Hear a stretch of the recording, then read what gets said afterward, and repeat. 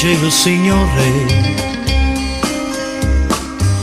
dice il Signore, il giorno dell'ira e del massacro è venuto come un tuono d'estate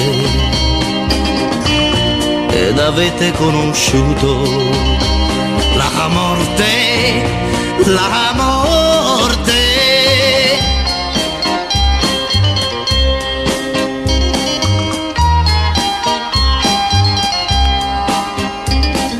Il leone è uscito dal suo covo ed il ladrone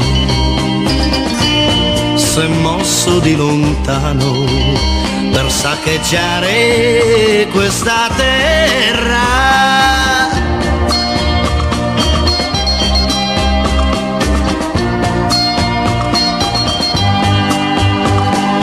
Dice il Signore,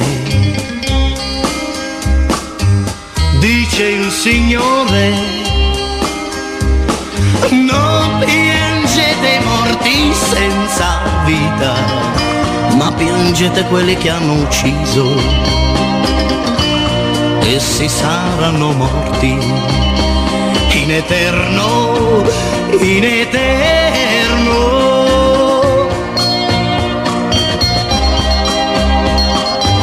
Ma dice ancora, nostro Signore, a possedere i campi in questa terra e voi l'abiterete per sempre.